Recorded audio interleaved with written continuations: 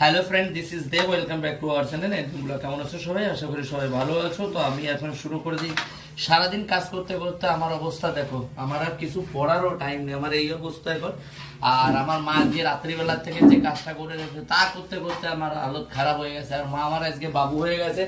মা সকালবেলা স্নান টান করে একদম বাবু হয়ে গেছে, না কোনো একটা উল্টোপাল্টা কথা বলছে না। আর ভাত রান্না অলরেডি ছড়িয়ে দিয়েছি। আর আমি এখন কি করছি, খিদে পেয়ে গেছে হঠাৎ। মাকে আমার সবার আগে খাবার দেওয়া হয়ে যায়, দুবার হয়ে গেছে।